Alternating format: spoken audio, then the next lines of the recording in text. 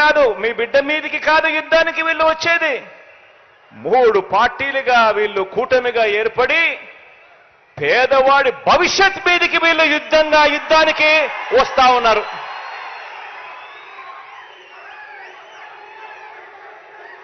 ఇదే ముగ్గురు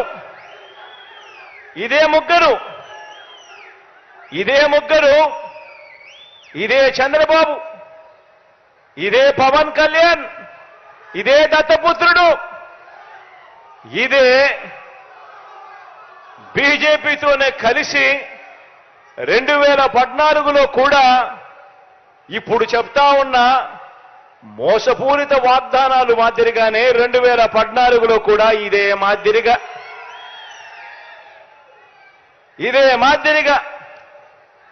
2014లో కూడా ఎన్నికలప్పుడు ఇదే ముగ్గురు ఒకటయ్యారు, ఇదే ముగ్గురు ఒకే స్టేజ్ మీద కూర్చున్నారు, ఇదే ముగ్గురు ఒక కూటమిగా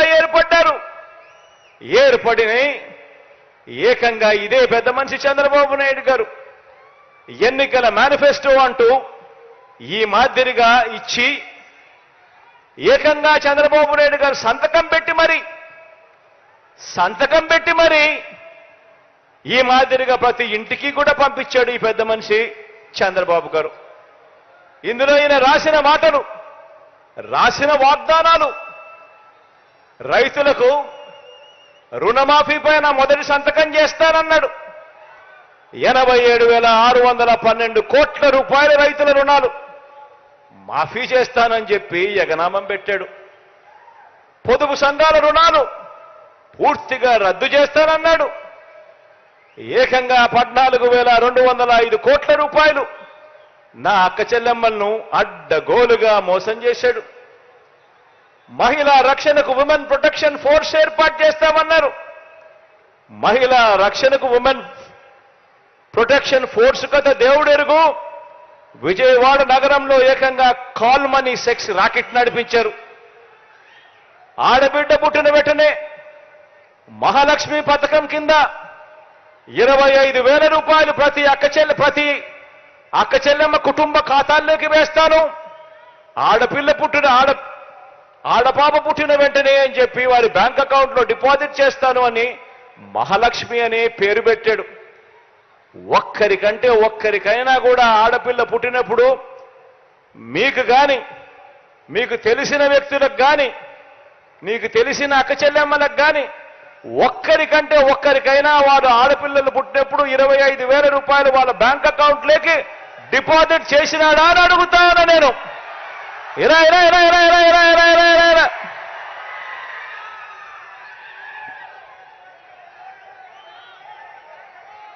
ఇంటికో ఉద్యోగం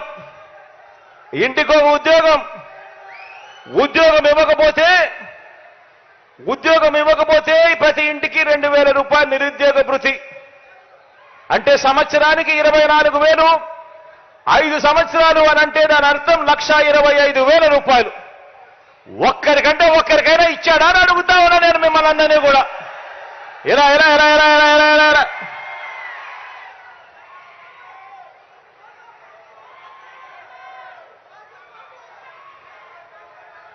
ఈ మాదిరిగా పాంఫ్లెట్లు చూపించాడు.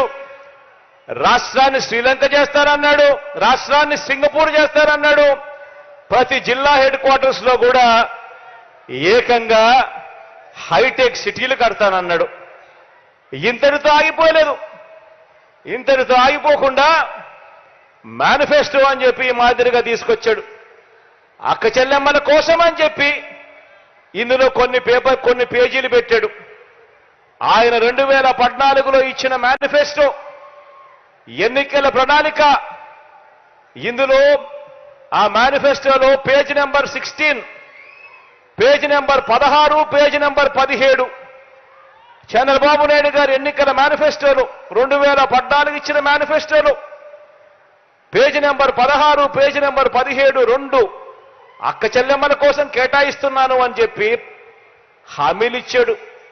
ఇందులో ఆయన చెప్పింది అక్క చెల్లెమ్మల కోసం మాత్రమే. నేను మచ్చుకు కేవలం అక్క చెల్లెమ్మల కోసం ఆయన చెప్పిన 9